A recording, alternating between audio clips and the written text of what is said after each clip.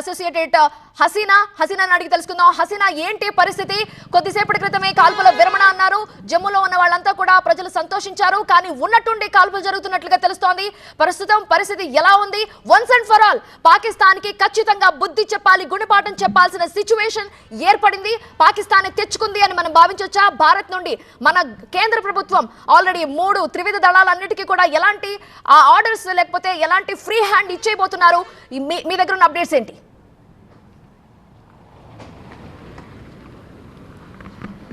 3 గంటలు కూడా పాకిస్తాన్ ఆగలేకపోయింది. సీజ్ఫైర్ నిర్ణయం తీసుకున్న తర్వాత అటు ఇరు దేశాల ప్రతినిధులు వచ్చి చెప్పిన తర్వాత కూడా ఈ 3 గంటలు కూడా ఆగలేకపోయింది. మొత్తం అంతా ఎల్ఓసి బార్డర్ ఏరియాలో అంతా కూడా ఫైరింగ్ కొనసాగుతుంది.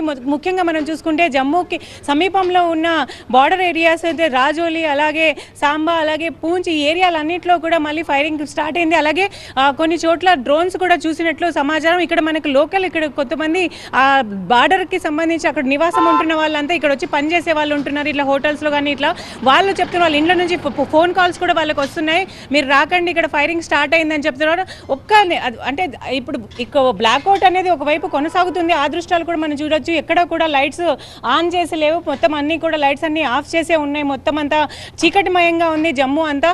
ఈ సీజ్ ఫైర్ అని ప్రకటించిన తర్వాత కూడా ఇలాంటి సిచ్యువేషన్ ఉంది అని అందరూ ఆశ్చర్యపోతున్నారు. సీజ్ ఫైర్ అన్నారు కదా, మరి మళ్ళీ ఫైరింగ్ ఎందుకు స్టార్ట్ అయిందని చెప్పి కూడా ఇక్కడ ఉన్న స్థానికులు కూడా ఆశ్చర్యం వ్యక్తం చేస్తున్నారు. అయితే ఈ పాకిస్తాన్ అనేది తన వక్రబుద్ధిని మళ్ళీ చూపించింది. ఎక్కడ కూడా నియమాలని ఎప్పుడు యుద్ధంలో కూడా తన రూల్స్ని పాటించదు, అలాగే ఇప్పుడు సీజ్ ఫైర్కి సంబంధించి కూడా రూల్స్ని పాటించలేదు. సో తిరిగి ఫైరింగ్ స్టార్ట్ చేసింది. అలాగే డ్రోన్స్ని ప్రయోగించడం కూడా స్టార్ట్ చేసిందని మనకి వార్తలు వస్తున్నాయి. అయితే భారత ఆర్మీ కూడా దానికి కరెక్ట్ ధీటుగానే సమాధానం చెప్తున్నాయి. ఎక్కడ కూడా వాళ్ళు అంటే సీజ్ ఫైర్ అని చెప్పి రిలాక్స్ ఎక్కడ అవ్వలేదు. ఎక్కడికక్కడ భద్రతా దళాలు అలాగే మోహరించున్నాయి. ఎక్కడ కూడా ఎవరిని బార్డర్ ఏరియాస్లో ఆల్రెడీ ఎవరినైతే అక్కడ లోకల్గా ఉన్న వాళ్ళందరినీ పంపించేశారో, అక్కడ సురక్షిత ప్రాంతాలకు వాళ్ళందరినీ తరలించారో, అదనపు ఫోర్స్ కూడా అక్కడ డిప్లాయ్ అయింది. అక్కడ నుంచి ఏమీ తొలగించలేదు. ఇంకా సాయంత్రం నేను కొంతమంది బీఎస్ఎఫ్ జవాన్లతో మాట్లాడే ప్రయత్నం చేసినప్పుడు మాకు ఇంకా ఆర్డర్స్ రాలేదు, మీకు అక్కడ నేను బార్డర్ ప్రాంతానికి వెళ్ళడానికి ప్రయత్నిస్తే అక్కడికి పంపడానికి మాకు పర్మిషన్ లేదు అని కూడా వాళ్ళు చెప్పడం జరిగింది. మాకు ఆర్డర్స్ ఇంకా రాలేదు అని కూడా చెప్పారు.